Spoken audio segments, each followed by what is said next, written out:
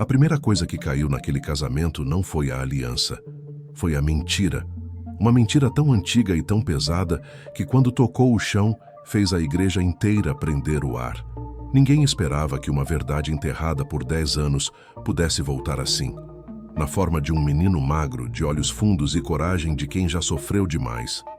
Clara não pediu licença. Ela simplesmente entrou, segurando a mão dele como quem carrega uma vida inteira.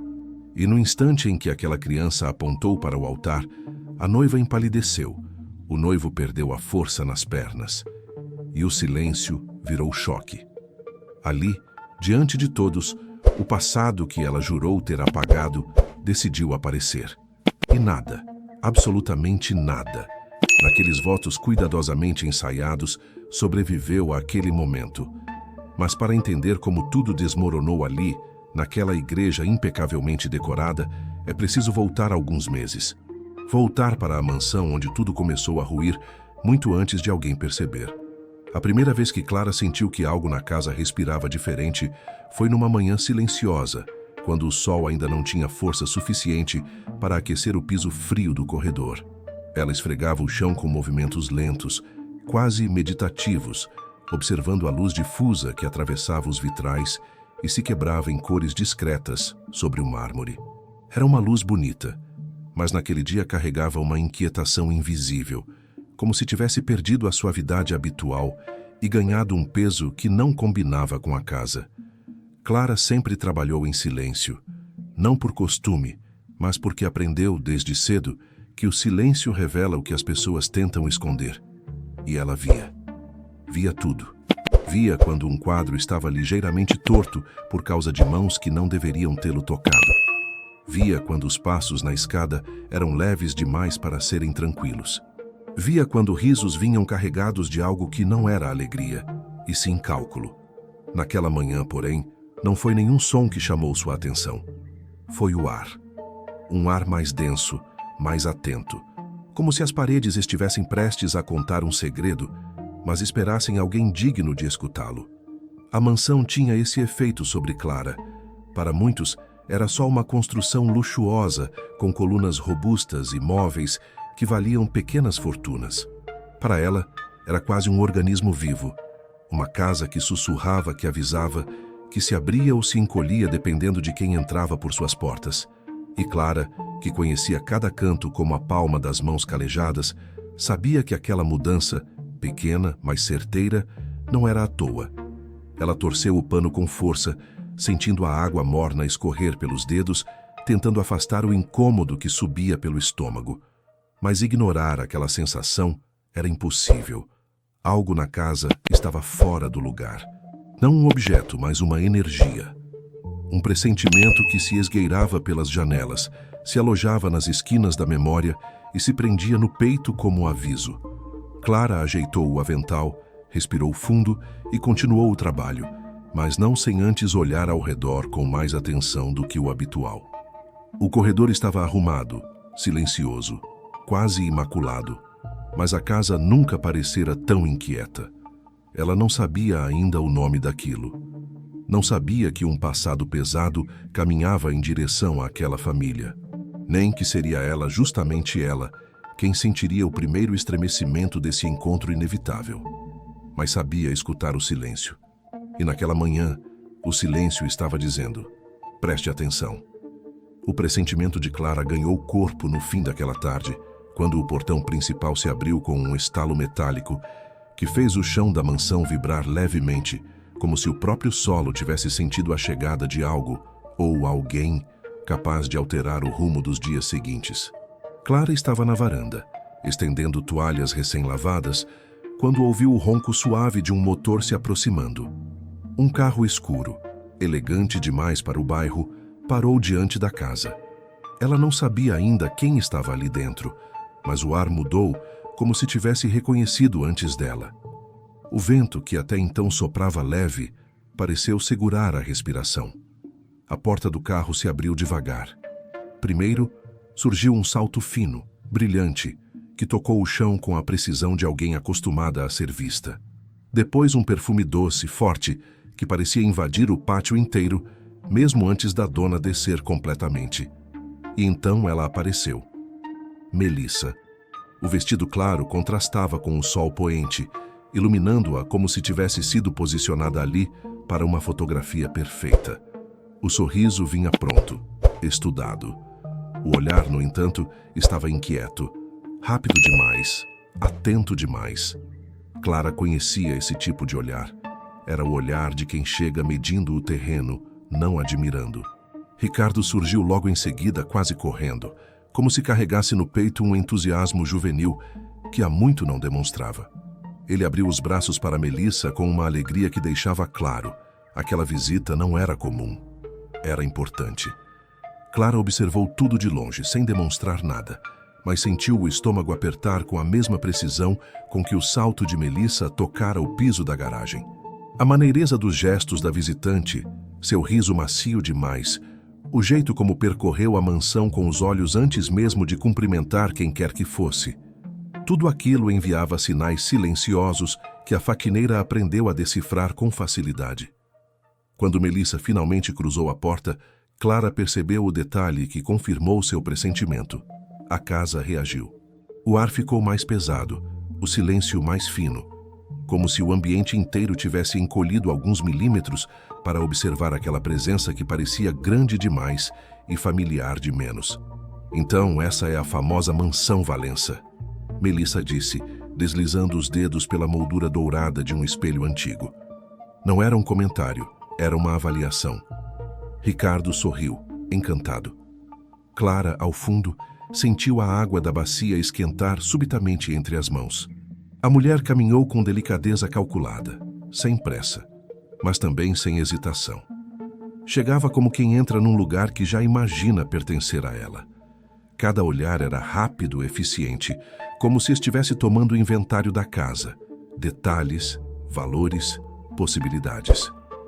E então o primeiro sinal sonoro rompeu o ar. Um tilintar seco, curto, vindo da sala. Clara virou-se a tempo de ver Melissa parar diante do quadro preferido de Dona Helena, a última lembrança do marido falecido. Melissa inclinou a cabeça, avaliou os traços na pintura e soltou num tom leve demais. Isso vale uma fortuna. Não era admiração. Era cálculo. Ricardo riu sem entender. Clara sentiu a pele das costas arrepiar. A partir daquele instante, a casa nunca mais voltou ao ritmo normal. Melissa circulou pelos cômodos como quem procura pontos fracos nas paredes. Suas palavras eram doces, mas suas intenções ecoavam pelos corredores com um peso que nenhum perfume caro conseguia disfarçar. Clara, pela primeira vez em anos, hesitou ao continuar seu trabalho. O instinto, esse velho amigo que nunca falhava, murmurava que algo tinha acabado de começar, algo grande demais para caber dentro dos limites da mansão. E ainda que não soubesse qual seria seu papel nisso tudo, Clara entendeu uma coisa com clareza absoluta. A rotina que ela conhecia tinha sido quebrada no momento em que aquele salto tocou o chão. Se essa história te prendeu até aqui, se inscreve no canal, porque o que vem a seguir é ainda mais intenso. Nas semanas seguintes à chegada de Melissa, a mansão passou por uma transformação silenciosa, não nas paredes ou nos móveis, mas no ar.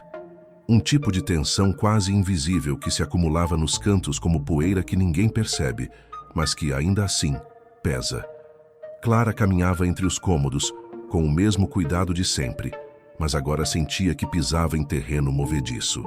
Tudo parecia igual, e tudo estava diferente. Melissa dominava os espaços com a naturalidade de quem sempre pertenceu a eles, embora Clara soubesse, desde o primeiro instante, que aquele pertencimento era uma fantasia cuidadosamente ensaiada. A noiva surgia pela manhã perfumada e impecável, elogiando as flores novas na mesa de jantar, mas seus olhos iam direto para a gaveta onde Ricardo guardava documentos importantes. À tarde, oferecia ajuda para organizar o escritório, mas suas mãos demoravam demais sobre envelopes fechados. À noite, circulava pelos corredores com passos leves demais para serem inocentes.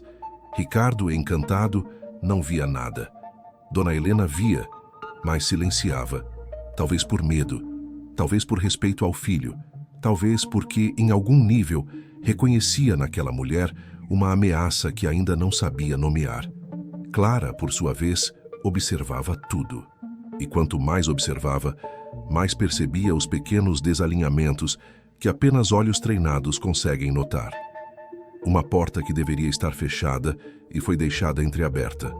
Um vaso deslocado alguns centímetros do local original.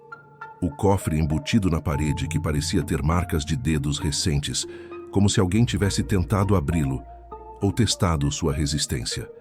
A tensão começou a se manifestar também nos sons. A mansão, que antes tinha uma respiração constante, previsível, agora produzira ruídos estranhos, rangidos de porta em horários incomuns, passos suaves que ecoavam quando todos deveriam estar dormindo, sussurros abafados vindos do corredor principal. Clara passou a dormir com o ouvido apurado, como se esperasse que algo, ou alguém, finalmente se revelasse. Mas o que realmente fez o estômago dela virar foi a primeira vez que encontrou Melissa parada na porta do quarto antigo de Ricardo. A luz fraca da tarde entrava pelas cortinas e iluminava a silhueta da noiva, que estava imóvel, observando a mesa onde ficavam fotos da infância do rapaz. E mais especificamente, a foto dele ainda criança ao lado da mãe. Melissa levou o dedo até a moldura e passou devagar, como quem avalia não a memória, mas o valor do objeto. "Linda foto", murmurou, sem emoção. Quando percebeu que Clara estava atrás, virou-se com aquele sorriso pronto, tão suave quanto falso. "Faz, Clara, eu estava só me admirando." Mas Clara ouviu, no meio daquela frase, a mesma vibração metálica que ouvira no primeiro dia. Algo sobre aquela mulher não encaixava.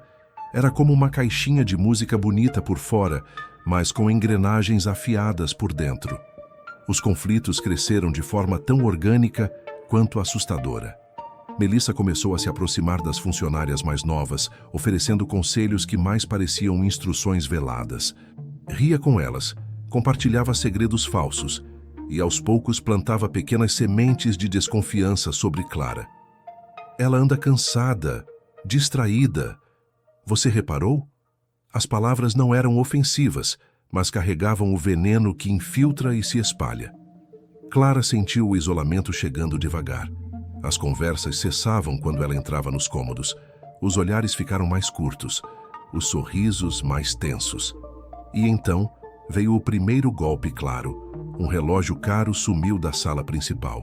Ninguém acusou Clara diretamente, mas o silêncio no momento em que ela entrou para limpar o local dizia tudo o que precisava ser dito. Melissa, sentada no sofá, observava cada reação com o cuidado de quem mide até o menor movimento de uma presa. Clara respirou fundo, apoiou o pano na cadeira e sentiu pela primeira vez o medo caminhando junto com ela. Porque não era mais só um pressentimento, era um aviso. "E você? No lugar da Clara, o que faria? Já sentiu alguém entrar na sua vida com esse tipo de energia estranha? Conta aqui nos comentários, quero muito saber." A tempestade não começou com trovões, começou com silêncio. Naquela noite, a mansão parecia suspensa, como se cada parede tivesse parado de respirar. Clara caminhava devagar pelo corredor, carregando o balde e o pano como fazia todos os dias. Mas o ar estava denso, pesado demais para ser apenas cansaço. Havia algo na casa que não se movia, e justamente por isso parecia prestes a explodir. Ela ouviu antes de ver. Uma voz abafada atrás da porta do escritório, tensa, rápida, cheia de medo. "Eu já disse que não posso..." "Não agora. Se você aparecer aqui, eu perco tudo." A voz de Melissa. Clara congelou. O pano escorregou da mão e caiu no chão sem som. Aproximou-se devagar, como quem se aproxima de um animal ferido e perigoso. A porta, entreaberta. A luz, fraca. O coração martelando tão alto que ela temeu que Melissa escutasse. "Eu te paguei", Melissa sussurrou, trincando os dentes. "Você prometeu que nunca mais ia voltar." Silêncio. E então, um soluço. Não dela, de quem estava do outro lado da linha. Clara reconheceu aquele tipo de choro. O choro de alguém que carrega culpa demais. Melissa desligou o telefone com brutalidade, como quem tenta arrancar uma lembrança pela raiz. Ela levou as mãos ao rosto, os ombros tremendo. Depois, com um suspiro quebrado, abriu a gaveta inferior da mesa. E foi ali que tudo mudou. Porque Clara viu a pasta bege. A mesma pasta que havia encontrado semanas antes. Mas agora, aberta. Documentos velhos, papéis amassados, recibos de dinheiro vivo. E sobre eles uma fotografia. Clara não viu a imagem inteira no começo, apenas o canto, a borda desgastada, o traço infantil de uma moldura feita com lápis de cor. Mas quando Melissa deixou a foto cair, a luz revelou o resto. Uma criança, magricela, com olhos enormes e tristes. Gabriel. Clara levou a mão à boca. O chão pareceu ceder. Era como se décadas de ar presos finalmente escapassem pela garganta dela em um único sopro. Melissa, percebendo a presença atrás da porta, virou-se com tanta rapidez que derrubou a cadeira. Por um segundo, apenas por um, a máscara caiu totalmente. Não havia sorriso, não havia charme, só medo, cru, desesperado, mortal. O que você viu? Melissa perguntou com a voz cortada. Clara não respondeu. Não conseguia. A fotografia ainda tremia na mão dela, como se tivesse vida própria. Melissa avançou um passo, depois outro, com o desespero de quem tenta apagar um incêndio usando as próprias mãos. Você não entende, ela sussurrou. Eu fiz o que eu tinha que fazer. Clara levantou o olhar, e foi a primeira vez que Melissa encarou alguém sem conseguir sustentar a mentira. Porque no olhar de Clara havia algo que não podia ser manipulado. Verdade. Ele é seu filho, Clara murmurou, como quem arranca uma flecha da própria pele. O silêncio depois disso não era de surpresa, era de derrota. Melissa desabou na cadeira segurando a cabeça com as duas mãos. Não havia explicação capaz de cobrir 10 anos de abandono. Não havia palavra que pudesse limpar a imagem daquela criança magra demais para a idade, esquecida num abrigo que cheirava a mofo e remédio barato. Clara sentiu o mundo se reorganizar dentro dela naquele instante. Não era mais só desconfiança. Não era mais só medo. Era certeza. E a certeza era uma porta da qual ninguém volta pelo mesmo caminho. Se esse momento te arrepiou tanto quanto arrepiou a mim ao escrever, curte o vídeo agora. Isso me mostra que você está sentindo essa história junto comigo. Depois que a palavra filho atravessou o ar entre as duas, a sala pareceu encolher. O silêncio que se instalou não foi apenas ausência de som. Foi uma espécie de eco interno, como se cada parede repetisse aquilo em vozes invisíveis. Filho. Gabriel. Clara ainda segurava a fotografia.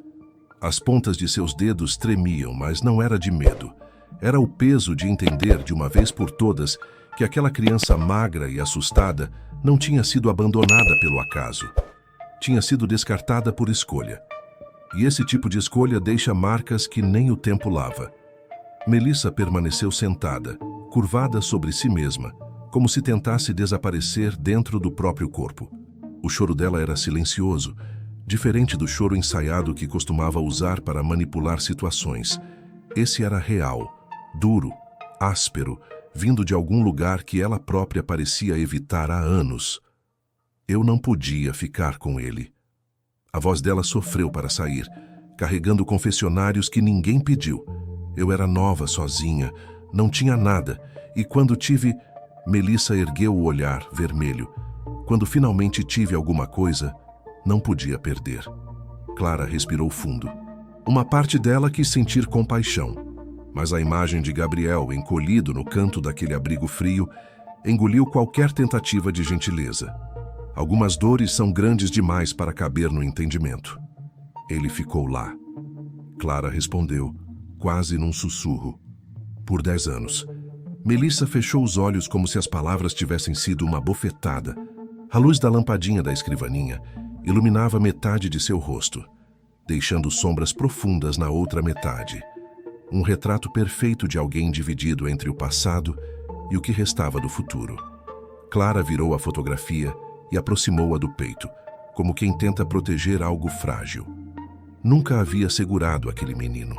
Nunca tinha ouvido sua voz antes daquele dia no abrigo, mas algo nela sabia que Gabriel precisava de alguém. Alguém que não fugisse ao primeiro sinal de dificuldade. Foi então que percebeu outra coisa. Suas mãos estavam firmes, não havia tremor.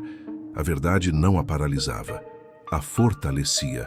Ele ainda te chama de mãe. Clara disse, com uma dureza que não era crueldade, era realidade, mesmo sem entender que foi deixado. Melissa desabou de vez. Não houve queda teatral, apenas um desmoronamento discreto, quase suave, como um castelo de cartas que finalmente entende que não consegue mais fingir ser pedra. Clara deu um passo para trás, não por medo, mas porque precisava respirar. A sala inteira cheirava a culpa antiga. O abajur piscou uma vez, e por um instante, Clara teve a impressão de que a casa inteira estava observando. Atenta, silenciosa, prendendo o fôlego junto com ela. Ela guardou a fotografia no bolso do avental com cuidado. Não era ainda uma decisão, era apenas um gesto. Mas gestos simples têm o poder de inaugurar destinos. Eu preciso ir, Clara murmurou. Melissa ergueu a cabeça com dificuldade. Vai contar? Perguntou com a voz falha. Clara não respondeu, porque ainda não sabia, porque qualquer escolha agora carregava o peso de um mundo inteiro. Ela apenas saiu do escritório devagar, passo por passo, como quem carrega algo delicado demais para permitir pressa. No corredor, apoiou-se na parede por alguns segundos. Respirou, fechou os olhos. A fotografia queimava contra seu peito como um pequeno sol preso no tecido. Nada seria como antes. O clímax não tinha trazido resposta, tinha aberto feridas. E quando feridas abrem, o silêncio é o primeiro a sangrar. Se essa parte tocou você de verdade, considere apoiar o canal com um Super Thanks, ou se inscreva, se ainda não for inscrito. Esses gestos ajudam a manter vivas histórias tão profundas como essa. Nos dias que seguiram aquela revelação, a mansão se tornou um lugar diferente. Não porque o espaço mudou, mas porque todos dentro dela tiveram que aprender a respirar de novo. É estranho como a verdade, quando finalmente aparece, reorganiza as coisas ao redor. Move móveis invisíveis, abre janelas que estavam trancadas há anos, derruba portas que ninguém tinha coragem de tocar.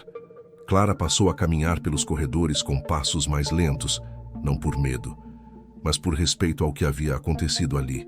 Seu corpo ainda carregava o peso da fotografia que guardou no bolso naquele dia.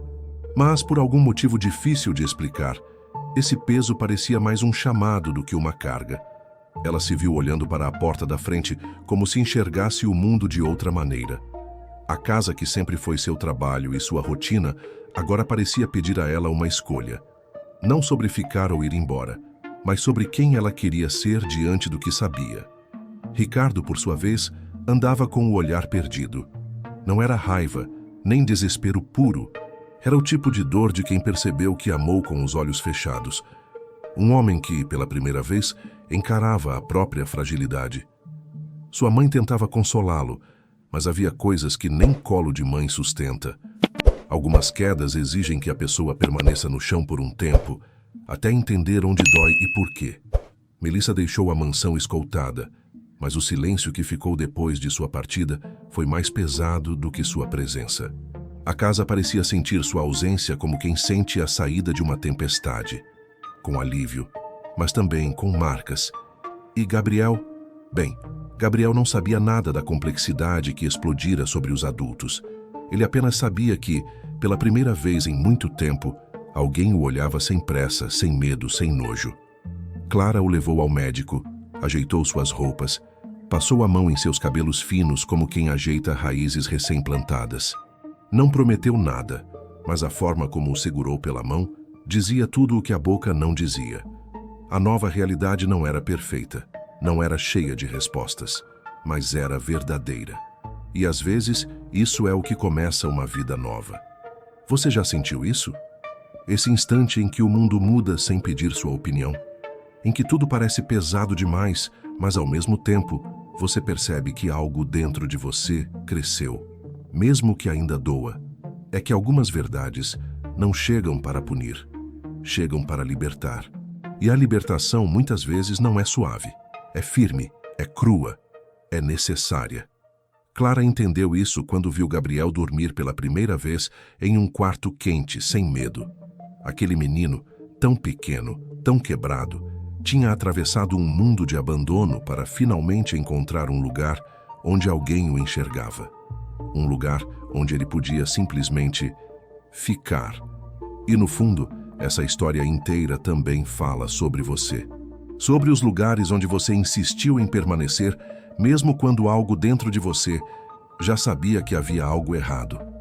Sobre as verdades que você teve medo de encarar.